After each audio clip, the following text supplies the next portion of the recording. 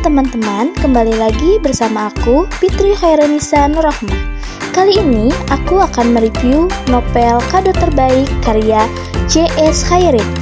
Novel Kado Terbaik ini mengisahkan tentang kehidupan tiga bersaudara, yakni Rizky dan dua adik perempuannya. Oke, tanpa kita berlama-lama, mari kita review bukunya. Novel Kado Terbaik mengisahkan tentang kehidupan tiga bersaudara, yakni Rizky dan kedua adik perempuannya, Rizka dan Kansa. Mereka bertiga dibuang ke panti asuhan ilegal oleh ibunya. Selama di panti asuhan, hidup mereka sangat menderita. Semua anak bukannya mendapatkan pendidikan yang lebih baik, melainkan mereka disuruh mencari uang. Mereka diperintahkan untuk mengemis, mengamen, bahkan ada beberapa yang mencuri uang serta mencopet.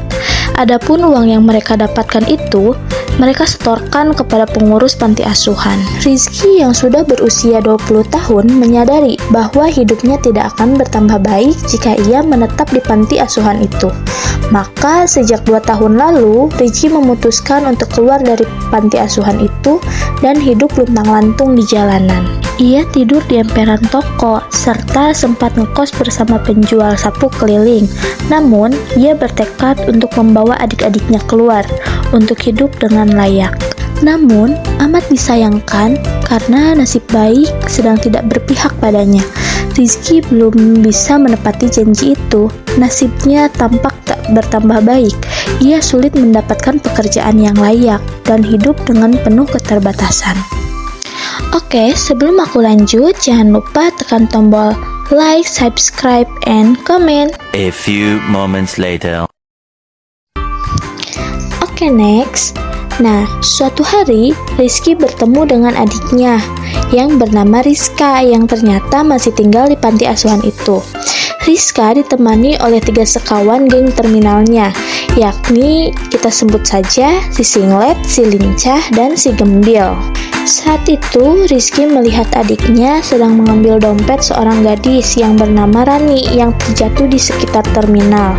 Kemudian, Rizky mengejar Rizka untuk membujuknya supaya mengembalikan dompet tersebut. Namun, adegan kejar-kejaran itu berakhir tragis. Saat Rizky berlari mengejar kawanan Rizka, ia malah dihujani kotoran burung yang ada di pasar Sabtu. Setelah pertemuannya dengan adiknya itu, Rizky malah jadi kesulitan karena tas kainnya yang berisi baju ganti diambil kawanan Rizka. Maka itu, 7 hari menjelang lebaran, Rizky akhirnya kembali ke panti asuhan dan bertemu kembali dengan adik-adiknya. Dan tanpa ia duga, ternyata adik bungsunya meminta hadiah kepadanya. Karena memang saat itu posisi Rizky tak memiliki pekerjaan, jadi ia harus mencari cara supaya bisa memberikan kado untuk adiknya. Walaupun itu berarti dia harus menjadi kurir barang haram ataupun copet. Selain harus berjuang untuk dirinya sendiri, Rizky juga harus menjaga adik-adiknya aman dari berbagai ancaman. Novel Kado Terbaik ini menyajikan kisah yang sederhana dan mampu menghangatkan hati. Ini adalah kisah yang manis yang mengajarkan tentang makna keluarga dan kehidupan. Melalui novel ini, penulis ingin memberitahu kepada para pembaca bagaimana kehidupan anak jalanan. Ia juga menyiratkan pesan tentang menghargai keluarga atau orang terkasih yang masih bisa menemani kita, serta tentang realita kehidupan yang berat.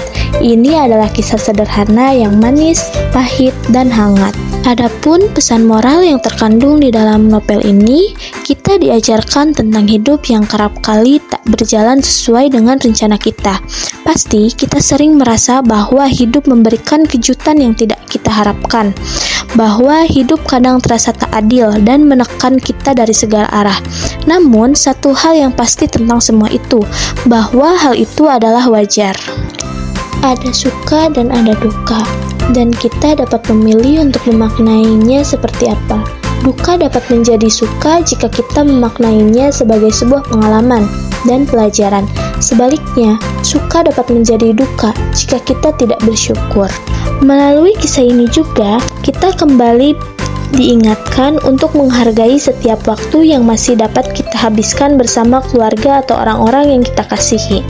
Bersyukurlah atas kehadiran mereka dan bersikap baiklah kepada mereka, sebab hal kecil menurut kita mungkin bisa menjadi sebuah hal yang besar bagi mereka yang tidak bisa mendapatkannya. Oke teman-teman, mungkin review buku kali ini dicukupkan sekian. Mohon maaf jika ada salah kata. See you in the next video. Bye-bye.